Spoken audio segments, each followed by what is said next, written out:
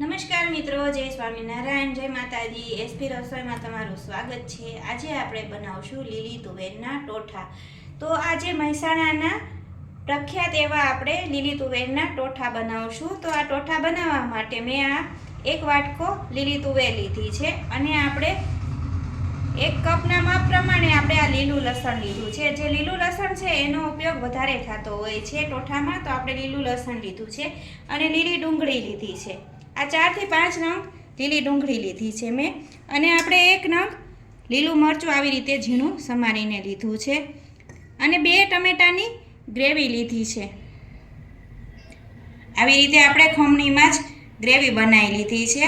તો 2 ટમેટાની ગ્રેવી લીધી છે અને વઘાર કરવા માટે આપણે તેલ જોશે અને વઘાર આપણે કડા મસાલાથી કરશું, જેમાં આપણે તમાલપત્રનું પાન, 1 તજનો ટુકડો, 2 લવિંગ અને 1 સૂકું મરચું લીધું છે અને 2 થી 3 ચમચી જેટલું આપણે કાશ્મીરી લાલ મરચાંનો ઉપયોગ કરશું અને જરૂર પ્રમાણે આપણે પાણી જોશે અને કોથમરી જોશે અને સ્વાદ પ્રમાણે આપણે મીઠાનો ઉપયોગ કરશું. તો મેં અહીંયા મીઠું લીધું છે બાફવા માટે અને વઘારમાં આપણે જોશે.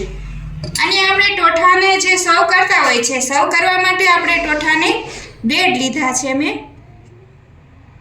આપણે જે બ્રેડ આવે છે એ લીધા છે અને સૂકી ડુંગળી અને સેવનો ઉપયોગ થતો હોય છે. તો ટોઠાને સર્વ કરવા માટે આપણે બ્રેડનો ઉપયોગ કરશું અને સૂકી ડુંગળી અને સેવ લીધી છે. તો પહેલાં આપણે તુવેરને 1 કુકરમાં બાફી લઈશું. તો જો આપણે આ તુવેર લીધી છે, તો આ 1 વાટકો તુવેર છે, તો 1 વાટકો આપણે પાણી મૂકી અને તુવેરને બાફી લઈશું. પહેલાં આપણે ગેસ ચાલુ કરી લઈએ.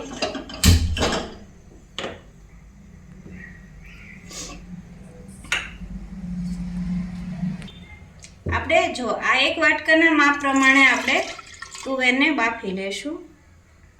પાણી ગરમ થાય થોડીક વાર આપણે ઢાંકણ ઢાંકી અને પાણી ગરમ થાય ત્યાં સુધી પછી આપણે તુવેરને ઓરવાની છે, જેથી કરી અને તુવેર જલ્દીથી ચડી જાય. પાણી ગરમ થઈ જાય એટલે આપણે તુવેરને આમાં ઓરી દઈશું અને એમાં અડધી ચમચી મીઠું અને આપણે તુવેર જે છે એ જલ્દી ચડી જાય એટલા માટે આપણે એમાં ચપટી ખાવાના સોડા નાખી દઈશું. જો એટલે જે કઠોળ હોય છે એને આપણે સોડા નાખીને બાફી તો જલ્દીથી ચડી જાય છે. તો આપણે કુકર બંધ કરી અને 2 થી 3 વિસલ થવા દઈશું. હવે આપણે 3 વિસલ થઈ ગઈ છે. આપણે જોઈ લઈશું કે આપણી તુવેર બફાઈ ગઈ છે કે નહીં એમ. તો જો હવે આવી રીતે આપણે એને ચેક કરી લેવાની કે બફાઈ ગઈ છે કે નહીં. આવી રીતે બફાઈ જાય એટલે હવે આપણે એનો વઘાર કરશું. તો આને આપણે સાઈડમાં રાખી થોડીક વાર આપણે એને પાણીમાં જ રહેવા દઈશું. હવે આપણે એનો વઘાર કરશું. હવે આપણે ટોઠાનો વઘાર કરશું. તો મેં અહીંયા 3 મોટા ચમચા તેલ લીધું છે વઘાર કરવા માટે. આમાં તેલનું પ્રમાણ થોડુંક વધારે જ હોતું હોય છે એટલે આપણે તેલ મૂક્યું છે ગરમ. હવે આપણું તેલ જે છે એ ગરમ થઈ ગયું છે. તો આપણે એમાં 1 ચમચી રાઈ, 1 ચમચી જીરું, અડધી ચમચી હિંગ અને અડધી ચમચી હળદર નાખી દઈશું. આપણી રાઈ જે છે એ કકડી જાય પછી આપણે કડા મસાલા નાખશું. જે આપણે લીધા હતા એ આપણે નાખી દઈશું. લીલા મરચાં લીધા હતા 2 નંગ, એ નાખી દઈશું. પહેલાં આપણે લીલું લસણ નાખી દઈશું. મરચાં સતરાઈ જાય પછી આપણે ગેસ ધીમો કરી દઈશું.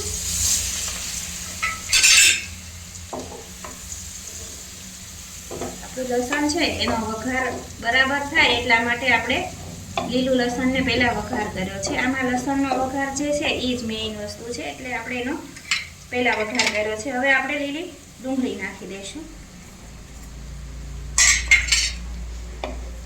આવી રીતે આપણે વઘાર કરવાનો છે ટોઠા માટેનો. તો આપણે ડુંગળીને પણ થોડીક વાર ચડવા દઈશું. આપણા મસાલા છે એને થોડાક બ્રાઉન કલરના થાય ત્યાં સુધી આપણે એને ચડવા દઈશું. એમાં આપણે તુવેર બાફવા મૂકી એમાં આપણે મીઠું નાખ્યું છે એટલે આપણે એમાં થોડુંક જ આમાં વઘાર પૂરતું જ મીઠું નાખવાનું. જરૂર પ્રમાણે આપણે મીઠું નાખી દેવાનું અને હજી આપણે એને થોડીક વાર ચડવા દઈશું. જો આવી રીતે આ જ્યારે શિયાળાની ભરપૂર ઠંડી હોય ત્યારે આ ટોઠા ખાવાની બહુ જ મજા આવતી હોય છે. જો આપણી ડુંગળી પણ સતળાઈ ગઈ છે. હવે આપણે એમાં ટમેટાની ગ્રેવી હતી એ નાખી દઈશું. જો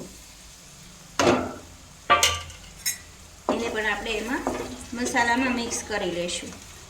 તો આપણે ટમેટાને પણ થોડીક વાર ચડવા દઈશું, જેથી કરી અને એનો સ્વાદ પણ સારો લાગે.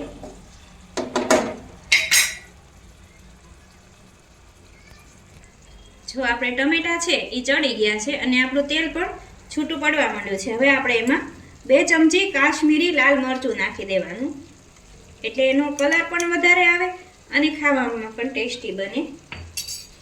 આપણે મરચાંને આપણે મિક્સ કરી લઈએ. આપણે લીલા મરચાં વતન લીધા છે એટલે આપણે જરૂર પ્રમાણે જ મરચાંનો ઉપયોગ કરવાનો છે. જો કેટલો સરસ લીલો વઘાર છે. એમાં આપણે થોડું પાણી નાખી દઈશું, એટલે આપણો વઘાર છે એ થોડો ચડતો થાય. 2 ચમચી જેટલું આપણે એમાં પાણી નાખી દઈશું. મસાલા જે છે એ બરાબર સતળાય છે આવી રીતે. જો 2 ચમચી પાણી આપણે અત્યારે નાખ્યું છે, પછી આપણે બીજું નાખશું. તો આપણે એમાં 1 ચમચી આપણે ધાણા જીરું નાખી દઈશું અને 1 ચમચી જે આપણે ગરમ મસાલો વાપરતા હોય છે રસોડામાં એ નાખી દઈશું. અને હવે આપણે જે તુવેર બાફી હતી એ નાખી દઈશું.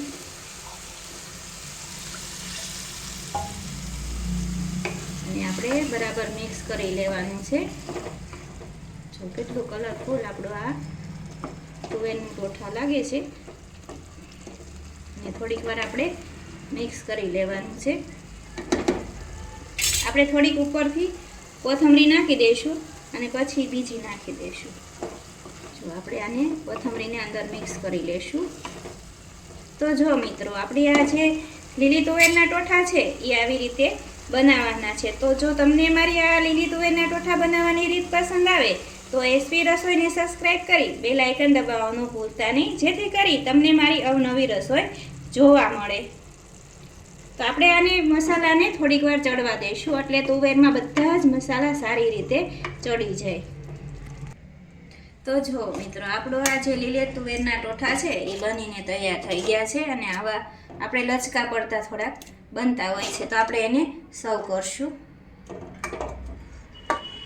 એકદમ ટેસ્ટી એવું આ શાક બનતું હોય છે. લીલા તુવેરના ટોઠા બનતા હોય છે.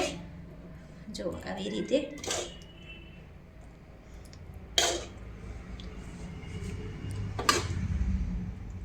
લીલા મસાલા અને વઘારથી આ એકદમ ટેસ્ટી બનતું હોય છે લીલા તુવેરનું ટોઠા.